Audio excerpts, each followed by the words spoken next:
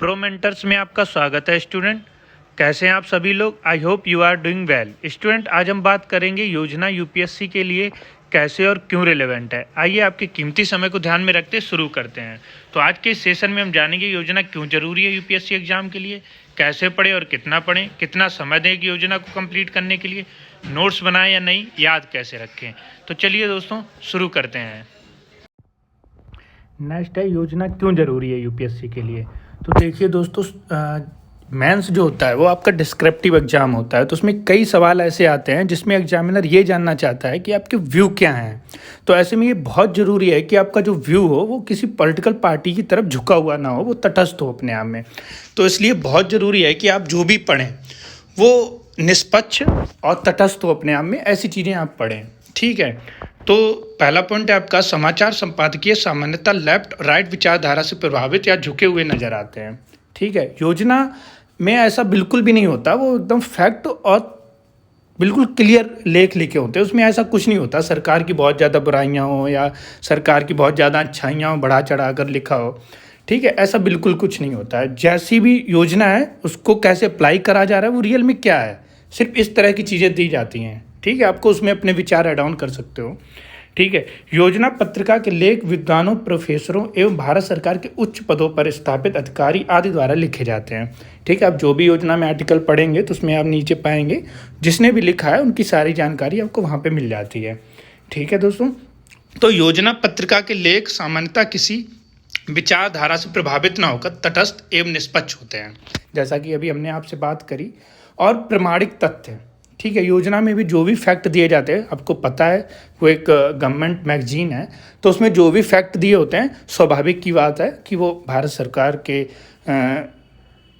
अंतर्गत लिखे होते हैं, तो उसमें कोई डाउट नहीं होता उन पर। ठीक है, योजना पत्रिका किसी एक खास टॉपिक पर केंद्रित होती है जो आपको एक विधिवत जानकारी प्राप्त कराती है एवं उससे जुड़ी भाषा एवं शब्दावली पर आपकी पकड़ मजबूत करती है। ये बिल्कुल सही बात है दोस्तों। जैसे आप कोई टॉपिक ले लो, विमेन एम्पावरमेंट, ठीक है, महिला सशक्तिकरण, ठीक है, तो इस पर अगर योजना आती है तो इससे जुड़ी जितनी भी टर्मोलॉजी होगी, जितनी भी शब्दावली होगी, उस पर आपकी बहुत अच्छी पकड़ हो जाती है। जब आपको मेंस में आंसर राइटिंग करते हैं, आप जब आंसर लिखते हैं उसमें आपको कोई बहुत ज़्यादा सोचने की ज़रूरत नहीं पड़ती। आपके जो नोट्स बने हैं योजना से वो आपके काम आते हैं वहाँ पर, और आप अच्छी टर्मोलॉजी कम शब्दों में प्रो पाते हैं। ठीक है, योजना आपकी मुख्य परीक्षा के लिए बहुत अधिक उपयोगी साबित होती है, जैसा कि भी हम बात कर रहे थे। ठीक है, तो आपको वहाँ पे पता है कि आपको बहुत कम शब्दों में आपको आंसर लिखना होता है। आपके पास मटेरियल बहुत ज़्यादा होता है, कोई क्वेश्चन आ गया तो आपको उसमें खूब पता है ये भी लिखना, लेकिन आपको बहुत कम और सटीक लिखना होता है। ठीक है, तो ऐसे में आपको योजना पढ़ते रहना है, तो जिससे आपकी क्या होता है कि शब्दों पर बहुत अच्छी पकड़ बन जाती है। ठीक है, और सटीक शब्द आपके पास होते हैं, तो अच्छे अच्छे शब्द आप वहाँ पर डाल पाते हैं। ठीक है दोस्तों, तीसरा सवाल है आपका कैसे पढ़ें और कितना पढ़ें। देखो, योजना में आप जैसा कि आप सबको पता है कि सामान्यतः योजना पत्रिका में 10 से 12 लेख होते हैं। ठीक है, तो आप कॉमन सी बात है कि एक ही टॉपिक पर 10 से 12 लेख होते हैं, तो बहुत ज़्यादा आपको ओवरलैपिंग मिल जाएगी। ठीक है, आप पाएंगे कि यही बात यहाँ कही गई, यही बात वहाँ पे कही गई है। तो जैसा कि मैंने आपको बताया कि योजना के ना स्टार्टिंग की जो पहला दूसरा पेज होता है उसमें बहुत ज़्यादा ब्रीफ आपको पता चल जाता है मोटा मोटा कि हाँ ये योजना किस टॉपिक पर है। ठीक है, तो पहले 2 पेज योजना पत्रिका के सबसे महत्वपूर्ण होते हैं, जिसमें आपको ब्रीफ नॉलेज मिल जाती है। और पढ़ना आपको कैसे है, ठीक है, तो कहानी उपन्यास की तरह बिल्कुल ना पढ़ें। जैसे आपने पता चला कि एक बार योजना पढ़ रहे हैं, फिर उसको एक बार हाईलाइट कर रहे हैं, फिर नोट्स बनाते टाइम फिर उसी योजना को पढ़ेंगे, सिंपल सी बात है। तो आप क्या करेंगे, जैसे ही पहला लेख पढ़ा आपने तो वहाँ से आप हाईलाइट करके तुरंत नोट्स बना लो आप। ठीक है, फिर दूसरा जब आर्टिकल आप पढ़ोगे तो आप उसमें ये जान पाओगे कि पहले वाले से क्या, मुझे इसमें पहले वाले से ये आर्टिकल क्यों अलग है। जो अलग है वही पॉइंट आपको नोट डाउन करने हैं। ठीक है, अपने नोट्स में। ठीक है, तो आपको इस तरह से पढ़ते जाना है। सभी लेख आपके लिए पढ़ना जरूरी है, लेकिन ठीक है, जो नेक्स्ट पॉइंट है हमारा, सभी लेख पढ़ना क्यों जरूरी है। किसी भी लेख में आपको कुछ हटके जरूर मिलेगा, कोई पॉइंट हो गया, कोई फैक्ट हो गया, कोई भी चीज़ आपको जरूर हटके मिलेगी। ठीक है, तो आपके लिए आर्टिकल बहुत ज़्यादा हैं, सारे पढ़ना बहुत ज़रूरी है। ठीक है, लेकिन हर एक आर्टिकल नोट्स बनाते चलते चलो।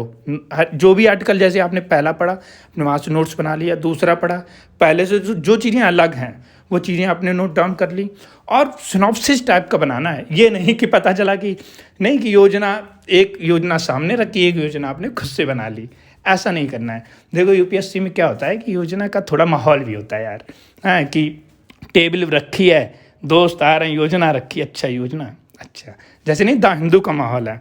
तो यूपीएससी करने आए हो, माहौल बनाने नहीं आए हो बहुत ज़्यादा, ठीक है। नेक्स्ट आपका है कितना समय दें एक योजना को कंप्लीट करने में। तो देखो दोस्तों, सिंपल सी एक बात आपको मैं बताऊं कि आप ना एक ही दिन में कंप्लीट कर लो इसे। 8 से 10 घंटे एक ही दिन दो आप, किसी भी दिन, Sunday, Monday, Tuesday, Wednesday, Thursday, Friday, Saturday, any day आप एक ही दिन में इसे कंप्लीट करो, ठीक है। अब क्या होगा कि आज मैंने पढ़ा मंडे को, फिर हम कल को फिर पढ़ने बैठे तो पता चला कि अब हम कल का भूल गए, कहाँ से पढ़ना है, क्या पढ़ा था, हाईलाइट कर लिया। तो हाईलाइट ही नहीं, अब आप पूरे आर्टिकल को फिर से पढ़ोगे।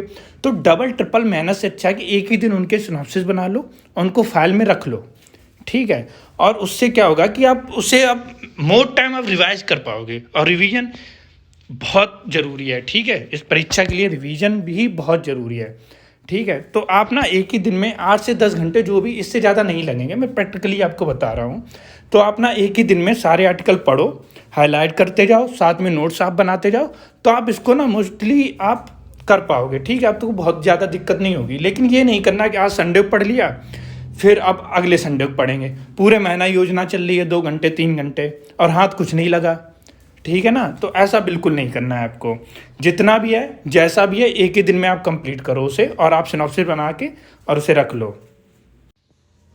नेक्स्ट है आपका नोट्स बनाए या नहीं। बिल्कुल आपको नोट्स बनाने हैं। आपको पूरी योजना में जो भी पेज होते हैं, आपको उनको 3 से 4 5 मैक्सिमम 5 पेज, इससे ज़्यादा नहीं, ठीक है। जैसा मैंने आपको पहले ही बताया, एक दूसरी योजना अपने हैंड राइटिंग में नहीं छाप लेनी है आपको, ठीक है। तो आपको ना मैक्सिमम 3 से 4 पेज में, बहुत ज़्यादा हुआ तो कभी कभी 5 पेज हो गए, नहीं तो 3 से 4 पेज में आपको अच्छे से सिनॉप्सिस करके और अपनी एक फाइल बना लेनी है, ठीक है। उसको स्टेपल करके 3 से 4 पेजों को उस पर आगे लिख दिया कि इस मंथ की योजना है, इस टॉपिक पर है, बड़ा बड़ा हेडलाइन करके, और उसको ना अपनी एक फ़ाइल बना लो, उसमें रखते जाओ, ठीक है। तो आपको नोट्स बहुत ज़रूरी है बनाना।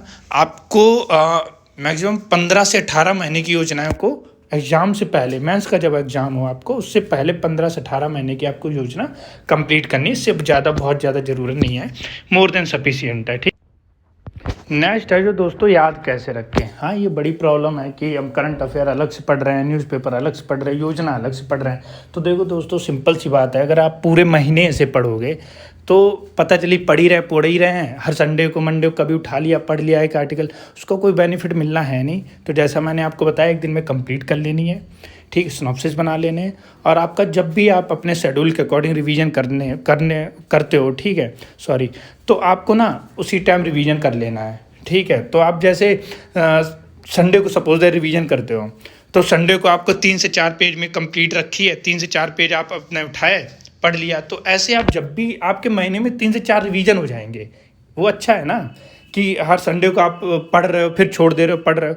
तो आपको एक फ़ाइल बना ही लिया, आपके पास सिनॉप्सिस बना रखा है, आपने एक दिन मेहनत कर ही ली है। तो आप ना ऐसे ही करो, ये अप्रोच द बेस्ट है। आप इस पर भरोसा रखो। आप हर संडे को या जब भी आपका शेड्यूल में रिवीजन करने का दिन हो, तो आप उस दिन अपने पेज उठाए, 4 से 5 पेज रिवीजन करा।